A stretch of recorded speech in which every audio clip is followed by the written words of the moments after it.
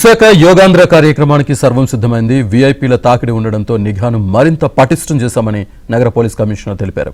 9,500 మంది సిబ్బంది, 12,000 కెమెరాలతో కమాండ్ కంట్రోల్ ఏర్పాటు చేస్తామంటున్న నగర పోలీస్ కమిషనర్ శంఖబ్రత బాగ్చితో మా విశాఖ ప్రతినిధి సతీష్ ఫేస్ టు ఫేస్. అంతర్జాతీయ యోగా దినోత్సవానికి విశాఖ బీచ్ రోడ్ ముస్తాబైంది. ఈ నెల 21న రాష్ట్ర ప్రముఖులు అదే దేశ అధినేతలు కూడా ఇక్కడ చేరుకునే పరిస్థితి కనిపిస్తుంది.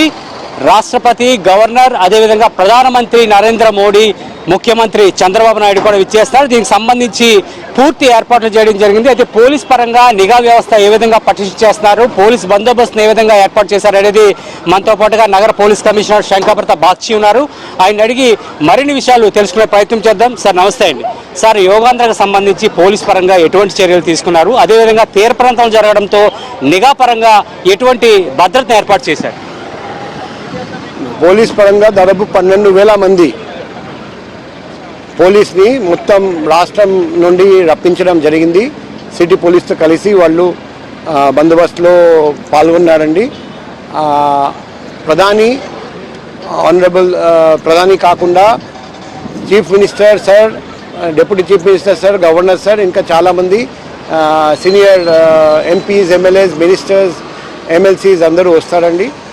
సో ఇక్కడ ఒకటి security arrangement for VIPs and VVIPs, అది కాకుండా పబ్లిక్ కూడా కంపార్ట్మెంట్స్లో యోగా చేస్తారండి. బీచ్ రోడ్ దగ్గర వాళ్ళ కోసం కూడా సెపరేట్ సెక్యూరిటీ ఏర్పాటు చేశాము. ఇది 11వ సారి జరగబోతుంది ఇంటర్నేషనల్ యోగా డే 2025. పబ్లిక్కి మేము రిక్వెస్ట్ చేస్తున్నాం, భారీ సంఖ్యలో పాల్గొనండి. Guinness book of world record సృష్టించడం జరుగుతుంది. ఎంతమంది పాల్గొనే అవకాశం కనిపిస్తుంది? దీనికి సంబంధించి పోలీసులు ఎంతమంది డిప్లాయ్మెంట్ చేశారు? మేము దాదాపు 3 లక్షల నుండి 5 లక్షల మంది వరకు పబ్లిక్ వస్తారని ఆశిస్తున్నాం, నమ్ముతున్నాం. దీనికి దాదాపు 9 నుండి 10,000 వరకు పోలీస్ ఏర్పాటు చేయడం జరిగింది. అది ఎందుకంటే అది 26 కిలోమీటర్ స్ట్రెచ్. బస్ రావాలి, పార్కింగ్ చేయాలి, దింపాలి, మళ్ళీ పార్కింగ్ చేయాలి, తర్వాత మళ్ళీ తీసుకెళ్ళాలి.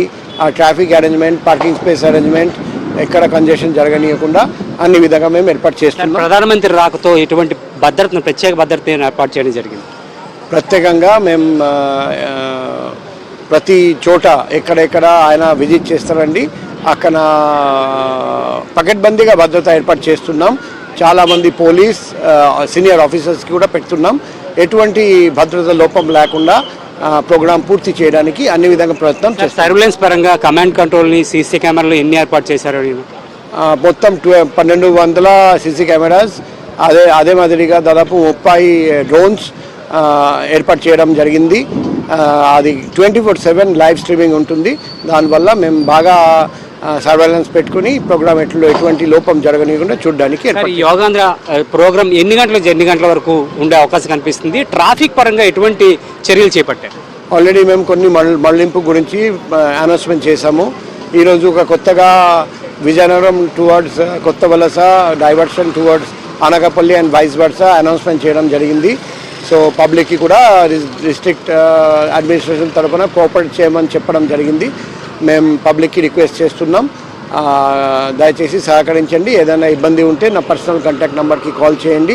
మేము ప్రతి చోట సైనేజ్ కూడా పెట్టబోతున్నాం, మీకు ఇబ్బంది లేకుండా చూడడానికి అన్ని విధంగా ఏర్పాటు. ఎన్ని గంటల వరకు? దాదాపు పొద్దున నుండి నెక్స్ట్ 2-3 అవర్స్ వరకు ఉంటుంది. ఎగ్జాక్ట్ టైం త్వరలో పబ్లిక్ అందరికీ తెలియజేయడం జరుగుతుంది. Okay, thank you. యోగాంధ్రకు సంబంధించి పూర్తి స్థాయిలో ఏర్పాటు చేయడం జరిగింది. 9,500 మంది పోలీస్ బలగాలు, అదేవిధంగా 12,000 కెమెరాలతో కమాండ్ కంట్రోల్తో ఏర్పాటు చేసి ప్రత్యేక నిఘాను కూడా ఏర్పాటు చేశాం.